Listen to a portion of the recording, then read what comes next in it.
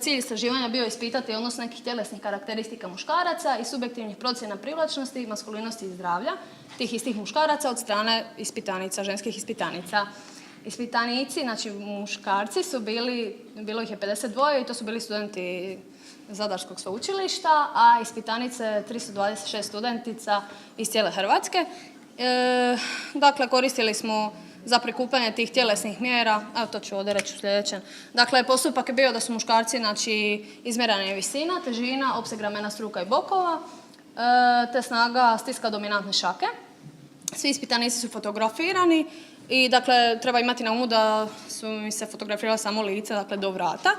I nadalje, u drugom dijelu istraživanja su, dakle, žene procjenjivale muškarce na način da su procjenjivali svaku sliku, dakle, fotografiju muškarca na skali privlačnosti, skali maskulinosti i skali zdravlja. I, dakle, naglašavam da se vidjelo na tim fotografijama samo lice muškarca, bez ikakvih mjera, dakle, samo lice muškarca. I rezultati su pokazali, pokazalo se u stvari da ovaj SHR, znači omjer ramena i bokova kod muškaraca i snaga stiska šake, da su značajno korelirali sa procjenama, uglavnom sa procjenama od strane ispitanica, tih muškaraca, jeli? Za visinu nismo dobili nikakvu korelaciju, kasnije ću reći možda zašto, jedan mogući razlog.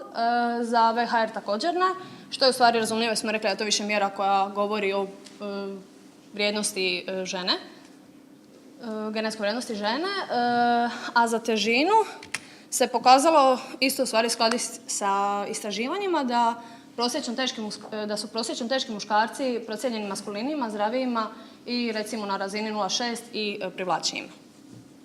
Rezultati regresijske analize, uglavnom da ne bi sad tu ulazili na što previše, uglavnom pokazalo se da je najbolji prediktor, znači najbolje predicira procjenu privlačnosti i procjenu zdravlja muškarčeva taj SHR, znači taj omjer ramena i bokova. Mislim, možda možete zanemariti taj omjer, uglavnom koliko su oni široki u ramenima, da je lakše razumjeti. A za procjenu maskulinosti su najbolji prediktori bili snaga stiska, dakle, i dob muškarca, što starije, to bolje, jel? Mislim, uglavnom bili su do 30 godina, tako da to imate na umu. I dakle, možemo reći u stvari da je ovo bilo relativno u skladu sa dosadašnjim istraživanjima. Znači, snaga stiska, to smo rekli da je jednako povezana sa razinom testosterona, kao i taj omjer ramena i bokova. I u stvari, dakle, osim što taj testosteron djeluje na razvoj tih tjelesnih značajki, on djeluje naravno i na razvoj onih sekundarnih spolnih karakteristika koje su vidljive i na licu. I onda je to u stvari jasno kako je to povezano, jeli? Također, rekli smo za srednje teške muškarce, u stvari da su i oni u drugim istraživanjima procijenjeni najprivlačnijima, a za visinu, da, to se pokazalo u stvari, u većini istraživanja se pokazuje da su viši muškarci procijenjeni privlačnijima, ali u nekim istraživanjima se pokazalo da je to da je visina, dakle, nezavisna komponenta od facijalne privlačnosti. Dakle, iako su žene procjenjivale iako su žene govorile da su im viši muškarci privlačniji i draži, da bi prije bili u vezi sa višim muškarcima, pokazalo se već kad su procjenjivali neke muškarce na slikama da to nije utjecalo na njihovu procjenu koliko su oni lijepi u licu.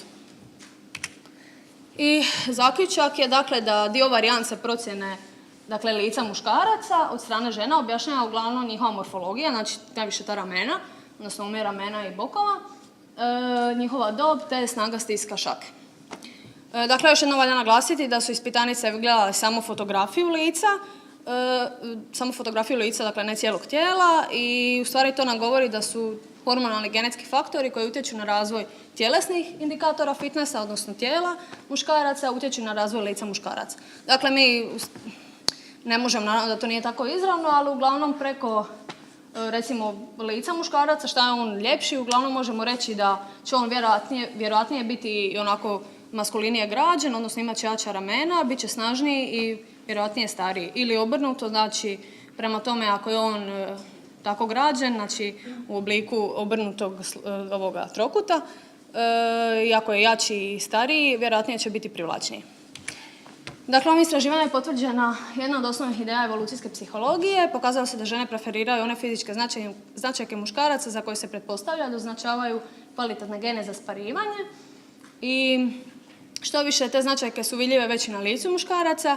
Dakle, iako su manifestno odvojene, antropometrijske, odnosno tjelesne mjere su povezane s genotipskom kvalitetom, povezane su i sa značajkama na licu koje žene smatraju privlačnima, maskulinima i zdravima kod muškaraca.